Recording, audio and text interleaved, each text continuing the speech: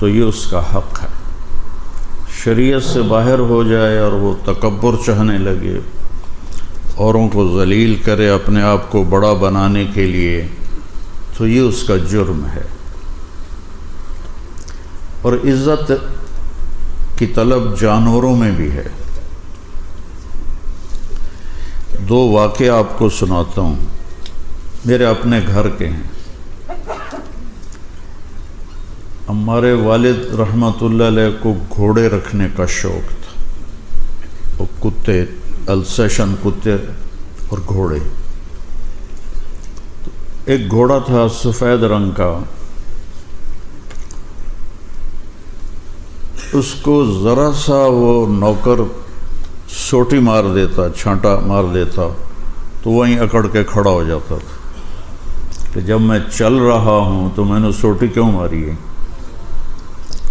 تو ایک دفعہ میں اور میرا چھوٹا بھائی ہے، ماشاءاللہ اب ڈاکٹر ہے لاہور میں، ہم دونوں چھوٹے چھوٹے ٹانگے پر، کچی سڑکیں ہوتی تھی، یہ 60s ارلی 60s کی بات۔ تو ہمارا جو نوکر تھا ٹانگا چلانے والا، اس نے اس کو ایسے سوٹی مار دی، سوٹی ماری تو وہ کھڑا ہو گیا۔ تو اس کا طریقہ یہ ہوتا تھا کہ اس کو وہ لگام کھینچتے تھے، وہ اس کے یہاں لگتی تھی تو وہ چل پڑتا تھا۔ اس نے لگام دانتوں میں دبا لی، تو اب تو وہ کھینچتا ہے تو کھینچتی بھی نہیں۔ تو پھر یہ ہوتا تھا 2-3 آدمی بلاتے تھے، تو ٹانگا کا جو پہیہ ہوتا تھا اس کو گھماتے تھے، 2-3 ادھر سے 2-3 ادھر سے، زور سے گھماتے تو وہ اس کے پیچھے لگتا زور سے تو وہ چل پڑتا تھا۔ تو اس نے 2-4 آدمی بلائے اور انہوں نے ٹانگے کو دھکا دیا، وہ نہیں چلا۔ سارے جتن کر لیے، نہیں چلا۔ اب یہ میں آنکھوں دیکھا بتا رہا ہوں۔ اس کے بعد اس نے اپنی پگڑی اتاری اور اس کے پاؤں میں رکھی اور آندھا خدا دا نائیں ہون تے ٹر پاؤ۔ میں دیکھ رہا ہوں یہ۔ پھر اس نے پگڑی اٹھا کے سر پہ رکھی اور لگام چھیڑی تو گھوڑا چل پڑا۔ جانور بھی اپنی عزت بے عزتی کا احساس رکھتا۔ پھر ایک ہمارا بیل تھا، اس زمانے میں بیلوں کی ہوتی تھی ایگریکلچر ساری، اس نے چارہ کھانا چھوڑ دیا۔ تو دوسرے دن تیسرے دن نوکر نے بتایا کہ جی یہ بیل چارہ نہیں کھا رہا۔ تو ابا جی نے ڈاکٹر کو بلوایا، سامنے ہوم ٹاؤن تھا تو لمبا۔ اس نے دیکھ داکھ کے کہا جی اس کو کچھ نہیں ہے، کوئی وجہ ہے جو یہ چارہ نہیں کھا رہا، بیمار کوئی نہیں ہے۔ تو ایک دیسی حکیم تھا ہماری قوم کا ہی، میرے والد صاحب نے گھوڑے پر ایک نوکر کو بھیجا کہ جاؤ اس کو اٹھا کے لے آؤ۔ وہ اس کو لے کر آیا تو فرمایا کہ بھئی کھاندہ نہیں پیا، داند ہماری زبان میں کہتے، یہ بیل کھا نہیں رہا چارہ۔ تو اس نے اس کو غور سے دیکھا، پھر کہنے لگا میاں صاحب انہوں پٹھے کون پہندا ہے، اس کو چارہ کون ڈالتا ہے؟ تو انہوں نے بلایا اس کو، دتو کا سائی تھا، کہا جی ارے اس کو پکڑ کے بیل کے سامنے بٹھایا اور جوتا اتار کے 3-4 وہ سر چ مارے۔ پھر کہتا ہے پاؤ پٹھے پائے تو وہ کھانے لگ گیا۔ تو میرے والد صاحب اتنے حیران ہوئے، کہنے لگے ایک ہی چکر ہے۔ تو اس نے کہا اس کو نا آپ کے نوکر نے سوٹی ماری ہے اور یہ وٹ کھا گیا ہے، اب یہ بدلہ تو لے نہیں سکتا، تو غصے میں اس نے چارہ چھوڑ دیا ہے۔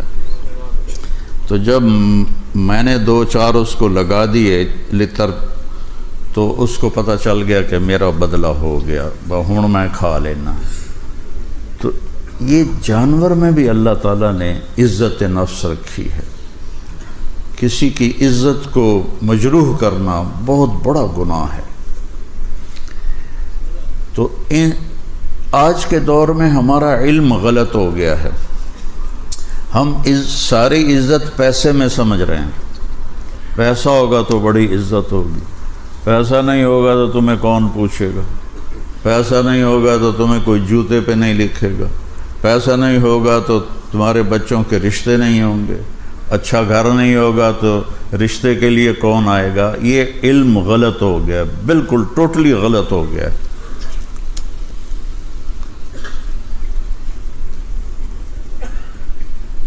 مسلم اور غیر مسلم دونوں ایک پچ پر کھڑے ہوئے ہیں کہ پیسہ ہے تو سب کچھ ہے، پیسہ نہیں تو کچھ بھی نہیں۔ اللہ اپنی کتاب میں کہتا ہے قُلِ اللَّهُمَّ مَالِكَ الْمُلْكِ، یہ برمنگم والوں کو بتاؤ کہ میں ہوں ساری کائنات کا بادشاہ، تُؤْتِي الْمُلْكَ مَن تَشَاءُ، جس کو چاہوں بادشاہت دے دوں، وَتَنزِعُ الْمُلْكَ مِمَّن تَشَاءُ، جس سے چاہوں بادشاہی چھین لوں، وَتُعِزُّ مَن تَشَاءُ، جس کو چاہوں عزت دے دوں، وَتُذِلُّ مَن تَشَاءُ، جس کو چاہوں ذلیل کر دوں۔ اسے ذلیل کرنے کے لیے فقیر بنانا نہیں پڑتا، عزت دینے کے لیے اسے مالدار نہیں بنانا پڑتا، اس کا فیصلہ ہے اس عورت کو عزت دے دو، اس مرد کو عزت دے دو، عزت غلام بن کے اس کے در پہ آ کے کھڑی ہو جائے گی۔ اس کو ذلیل کر دو، ذلت کا ٹاٹ اس کی گردن میں ڈال دیا جائے گا اور دنیا کی کوئی طاقت روک نہیں سکے گی۔ وَتَنزِعُ الْمُلْكَ مِمَّن تَشَاءُ، جس کو چاہوں بادشاہی دوں، اور پھر کہا جس کو چاہوں نہ دوں، یہ نہیں کہا جس کو چاہوں نہ دوں، کہا وَتَنزِعُ الْمُلْكَ مِمَّن تَشَاءُ، جس کی چاہوں چھین لوں اس سے۔ کرسی کوئی نہیں چھوڑتا، یہ مسجد کا ممبر بن جائے تو یہ ممبر ہی نہیں چھوڑتا، تو کرسی کہیں چھڑنی؟ تو کرسی کوئی نہیں چھوڑتا، تو اللہ فرماتے ہیں تنزع الملک ممن تشاء، پھر میں جس سے چاہتا ہوں اس کے نیچے سے کرسی نکال لیتا ہوں، کھینچ لیتا ہوں۔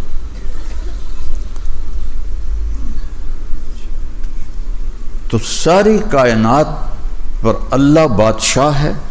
ان الحکم الا للہ، صرف اللہ کی حکومت ہے اس کائنات میں۔ کب سے ہے؟ للہ الامر من قبل ومن بعد، جب کچھ بھی نہیں تھا تو اللہ کی حکومت تھی، جب کچھ نہ رہے گا تو اللہ کی حکومت رہے گی۔ آج جتنی بھی سائنس ہے حکومت اللہ کی ہے۔ ان الحکم الا للہ، صرف اور صرف اور صرف اکیلے اللہ بادشاہ کی حکومت ہے۔ دنیا میں کوئی یہ نہیں کہہ سکتا ہم جو چاہیں کر دیں۔ پیشاب روک کے دکھا دو، جو چاہیں کر دیں۔ ڈاریا لگاؤ، ذرا روک کے بھی کھا دو، انشاءاللہ پتلون ساری توڑی بھر جائے گی۔ ایک اللہ ہے، کہتا یفعل اللہ ما یشاء، جو تیرا رب چاہتا ہے وہ ہوتا ہے۔ وما تشاءون الا ان یشاء اللہ رب العالمین، یہاں وہ ہوتا ہے جو تیرا اللہ چاہتا ہے۔ ان القوۃ للہ جمیعا، ساری طاقت اللہ کے ہاتھ میں ہے، ساری حکومت اللہ کے ہاتھ میں ہے، ساری زمینوں پر آسمانوں پر اللہ کا قبضہ ہے۔ یمسک السماوات والارض ان تزولا، زمین آسمان کو روکا ہوا ہے اللہ تعالیٰ نے، اگر اللہ تعالیٰ کی نظر ہٹ جائے تو یہ آپس میں ٹکرا کے تباہ و برباد ہو جائیں۔ الشمس تجری لمستقر لہا، سورج کو چلایا ہوا ہے، باندھا ہوا ہے اللہ تعالیٰ نے۔ 12 لاکھ گنا زمین سے بڑا ہے سورج، 12 لاکھ گنا بڑا ہے زمین سے سورج، اور گیسز ہیں، کوئی ٹھوس چیز نہیں، گیسز ہیں۔ اور 9 لاکھ کلومیٹر فی گھنٹہ اس کی رفتار ہے۔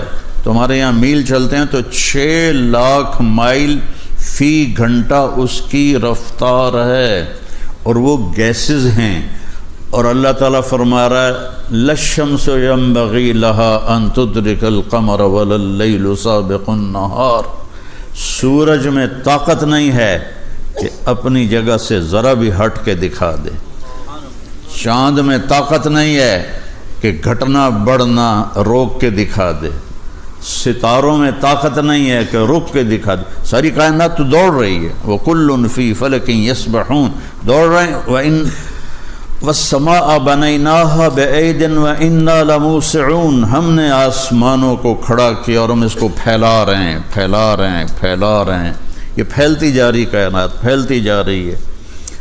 تو مسلمان کا ذہن لا الہ الا اللہ ہے کہ سب کچھ میرے اللہ کا ہے، جو لا کہا وہ لا ہوا، وہ لا بھی اس میں لا ہوا، جز لا ہوا، کل لا ہوا، پھر کیا ہوا؟ اللہ ہوا۔ تو اللہ عزت دے، اللہ بادشاہی، اللہ نے بہت سے فرعون کو حکومت دی، نمرود کو حکومت دی، حکومت تو جس کو چاہے دے دے، عزت یہاں سے آتی ہے، یہاں سے، دل سے۔ تو اللہ تعالیٰ نے اس کا ایک قانون بتایا ہے، پہلے یہ ذہن بنایا کہ یہاں سب کچھ تیرے رب کے ہاتھ میں، هو الذی سخر البحر، سمندروں کو قابو کیا ہوا ہے۔ کون ہے جو سمندر کی موجوں کو کنارے پہ آ کے روک کے دکھا دیتا ہے؟ کون ہے وہ؟ کون ہے جو پانی کو بھاپ بنا کے اٹھاتا ہے؟ اگر سمندر کا پانی کڑوا نہ ہوتا تو دنیا میں بارش نہ ہوتی، بارش نہ ہوتی۔ اگر سمندر کا پانی میٹھا ہوتا تو پوری دنیا میں اس پانی کی بدبو سے دنیا مر جاتی۔ تم تو ویسے ہی چاروں طرف سمندر میں ہو، تنوں تو پہلے ہلے چوس لے جانا ہے۔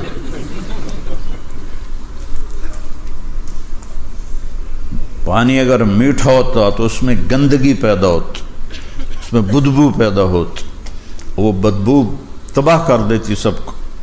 اللہ نے اسے کڑوا بنا دیا، نمک ڈال دیا، اور نمک ڈالنے کا کام ہمارے ذمہ ہوتا، بھائی نمک پاؤ سارے، انگلینڈ آلیں دا تو اور کام ہی کوئی نہیں رہ جاؤنا، چاروں پاسے سمندر ڈو ڈو کے مر جانا ہی تساں۔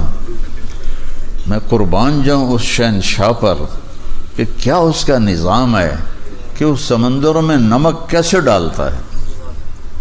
کبھی سوچا ہے کہ جتنے دریا چلتے ہیں اوپر سے نیچے کی طرف، وہ زمین کے نمک کو کھینچتے ہوئے چلتے ہیں، اور زمین میں اللہ نے نمک کی تہ کی تہ، قیامت تک دریا چلتے رہے، نمک ختم نہیں ہوگا۔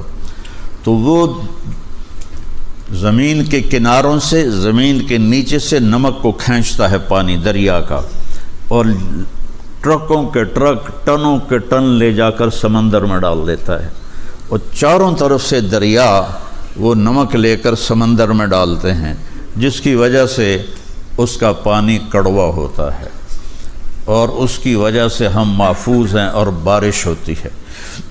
تو اللہ نے پہلے یہ ذہن بنایا کہ یہاں سب کچھ اللہ کے ہاتھ میں ہے۔ تو عزت کیسے ملے گی؟ ایک بڑی خوبصورت آیت ہے، ھذا صراط علی مستقیم، یہ راستہ ہے سیدھا میری طرف آتا۔ عربی قاعدے کے لحاظ سے ہونا چاہیے ھذا صراط الی مستقیم، الی کہتے ہیں طرف کو، اور اعلیٰ کہتے ہیں اوپر کو۔ ھذا صراط علی مستقیم، یہ راستہ ہے میرے اوپر سیدھا۔ یہ گجراتیوں کا ہے وہ طریقہ لکھنے کا۔ مولانا عمر صاحب رحمۃ اللہ علیہ ہمیشہ اپنے بیان میں کہتے تھے، میں نے اس پر خط لکھا، میں نے اس پر خط لکھا، اس نے مجھ پر خط لکھا۔ وہ گجراتی میں ایسے ہی ہوگا تو اس کو وہ اردو میں ویسے ہی ڈھال دیتے تھے، میں نے اس پر خط لکھا۔ ہمارے لیے تو عجیب سا لگتا ہے نا بھائی، وہ دوتے کی پائی ہو۔ یہاں ھذا صراط الی مستقیم، یہ راستہ ہے میری طرف سیدھا۔ لیکن اللہ لائے ہیں علی مستقیم. تو اس میں اللہ تعالیٰ نے بہت خوبصورت مطلب سمجھایا ہے، بہت خوبصورت، کہ میری طرف جو راستہ آتا ہے اس میں عزت چھپی ہوئی ہے. تو اگر الہ کہتے تو یہ مطلب نہ ادا ہوتا. الہ بلندی کے معنی میں ہوتا ہے، بلندی کے معنی میں ہوتا ہے. تو میرا اللہ کہہ رہا علی مستقیم، اگر میرے راستے پر چلو گے تو یہ راستہ تمہیں بلندیوں تک پہنچا دے گا، عزتوں تک پہنچا دے گا، اور ساری بلندیاں نیچے رہ جائیں گی اور تم سب سے اوپر ہو جاؤ گے اگر میرے راستے پر چلو گے. اور میرے رب کا راستہ کیا ہے؟ وہ ہے محمد الرسول اللہ. اس لیے میں نے آیت پڑھی تھی خطبے میں، فلا وربک، میرے محبوب مجھے آپ کے رب کی قسم. یہ کیا عجیب قسم ہے،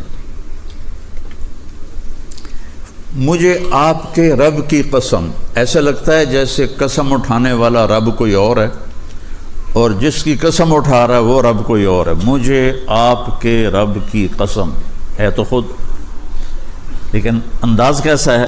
فلا وربک، مجھے آپ کے رب کی قسم. یہ عربی زبان میں یہ انداز وہاں اختیار کیا جاتا ہے جہاں بہت زیادہ محبت بتانی ہو، تو وہاں یہ طریقہ ہے. ہماری اردو میں اس یہ محاورہ نہیں ہے، اور فارسی میں بھی نہیں ہے، انگلش میں بھی نہیں ہے، کسی زبان میں نہیں ہے سوائے عربی کے. تو میرا رب کہہ رہا ہے فلا وربک، مجھے آپ کے رب کی قسم، کہ قسم اٹھانے والا خود ہو اور اس سے کہہ رہا ہو گل محمد مجھے آپ کے رب کی قسم. تو یہ اظہار محبت ہوتا ہے. تو اللہ کہہ رہا ہے مجھے تیرے رب کی قسم. تو اللہ کے سوا کوئی اور رب ہے ہمارے نبی کا؟ میری بات سمجھ رہے ہو؟ وہ کوئی سرتا ہلاؤ، میری بات سمجھ رہے ہو نا؟ کہ کہنے والا کیا کہہ رہا ہے؟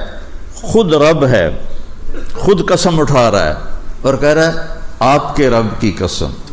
یہ اظہار محبت کی آخری شے ہے. میرے محبوب مجھے آپ کے رب کی قسم. یہ برمنگم والوں کو بتا دو جب تک آپ کی غلامی میں نہیں آئیں گے میں ان کا کوئی چیز ان کی قبول نہیں کروں گا. غلامی میں آنا پڑے گا کہ محمد سے وفاتوں نے تو ہم تیرے ہیں، یہ جہاں چیز ہے کیا لوح و قلم تیرے ہیں، یہ کرنا پڑے گا. فلا وربک، میرے محبوب مجھے آپ کے رب کی قسم، لا یؤمنون، مجھے ان کا ایمان قبول نہیں ہے، حتی یحکموک فیما شجر بینہم، جب تک آپ کے فیصلے پر یہ راضی نہیں ہوتے مجھے ان کا ایمان قبول نہیں ہے. تو میرے رب نے ہمیں راستہ بتا دیا کہ میرے نبی کا طریقہ تمہیں عزتوں تک پہنچا دے گا، عزتوں کی انتہا تک پہنچا دے گا. حضرت سفینہ رضی اللہ تعالیٰ عنہ ایک صحابی ہیں، جنگ میں قید ہو گئے روم کی. تو ایک رات موقع پا کے نکلے اور بھاگے، آگے دریا تھا، دریا پار کیا. اب آگے پتہ نہیں جانا کدھر ہے. سامنے شیر آ گیا. شیر نے تھوڑی اپنی آواز نکالی، دھاڑا. تو وہ کہتے ہیں ایھا الاسد. اب تو کہو گے کہ مولوی صاحب پتہ نہیں کی گلاں کیتی جاندا ہے. یہ ہوا ہے اے موبائل نہیں توڑا گلاں کردا. کبھی کسی نے سوچا تھا 30 سال پہلے؟ تو وہ تار جڑا ہوا تھا اللہ سے. ایھا الاسد انا مولا رسول اللہ صلی اللہ علیہ وسلم، اے شیر میں اللہ کے نبی کا غلام ہوں، مجھے راستہ دکھا. تو شیر جعل یبسبس، یبسبس ہوتا ہے کیسے اپنی دم ہلانا، دم ہلانا ہوں کرنا، جیسے گھر میں پالتو کتے اور ایسے ابھی دم ہلاتے ہیں، تو شیر ان کو آ کے ایسے اس نے دھکا دیا اور اپنی دم ہلانے لگا اور آگے چل پڑا۔ چلتے چلتے چلتے چلتے جہاں صحابہ کا لشکر موجود تھا وہاں جا کے پہنچا کے پھر کھڑا ہو کے ایسے دیکھنے لگا، جی ہن چھٹی ہے چلا جاؤں۔ تو انہوں نے فرمایا اذهب جا، وہ واپس چلا گیا۔ یہ عزت ملی ہے در مصطفیٰ سے۔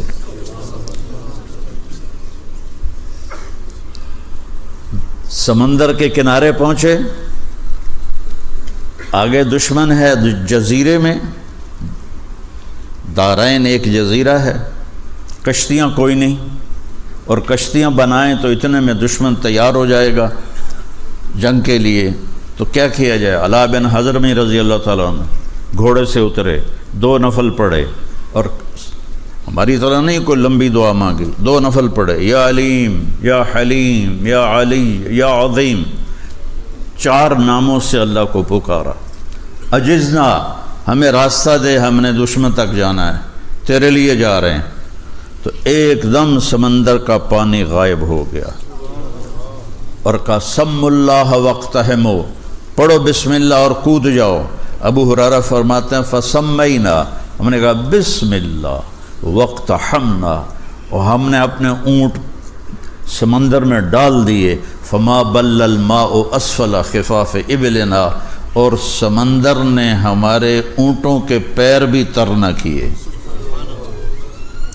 عزت آسمان سے آتی ہے، اور وہ آتی ہے محمد مصطفیٰ صلی اللہ تعالی علیہ وسلم کے طریقے سے، ان کے راستے پر، ان کی راہوں پر چل کے میرا مالک یہ عزت دیتا ہے کہ ساری کائنات اللہ مسخر فرما دیتا ہے۔ تو کلمے کے